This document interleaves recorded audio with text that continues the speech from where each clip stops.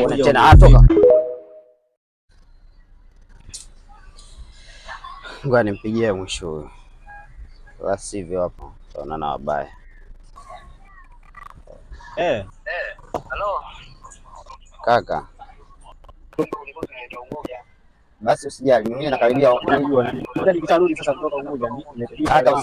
Kaka usijali, mimi mwenyewe nipo hapa Unguja. Geuka kushoto kwako. Angalia kushoto kwako. Oya. Kula kwanza hizo. Uko wapi kaka? Stop.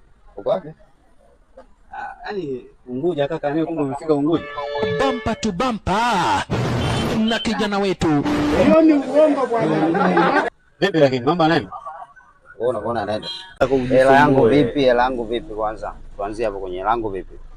Kwani mkuzi, mimi niishie kukuzungusha mara ngapi ndugu yangu? Mara zote. Si mtoka juzi? Kaka sikumlanze. Kwani tulipeana kabisa nikakwambia kwa kuwa okay na kuamini rafiki yangu tusiandikishane, ona sasa ulichofanya. Hatupaswa kufikia huko. Masuala ya kuandikishana. Ofisi yako inaitwa Unguja? Au hapa kwa Mparange siku hizi pamekuwa Unguja? Sasa unajua ili jina na unapokaa linakuharibu ndugu yangu. Bai. F. Vipi lakini langu vipi? Tuanzie hapo kwanza. Sijaja na story, sijaja na undugu, sijaja na urafiki. Hela yangu vipi?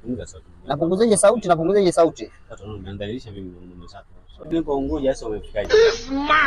Niko Unguja na mimi ndo niko Unguja sasa, shida iko wapi? Maana yangu sio hiyo. Shida iko wapi? Na mimi nakwambia niko Unguja. Namba Nikumalize.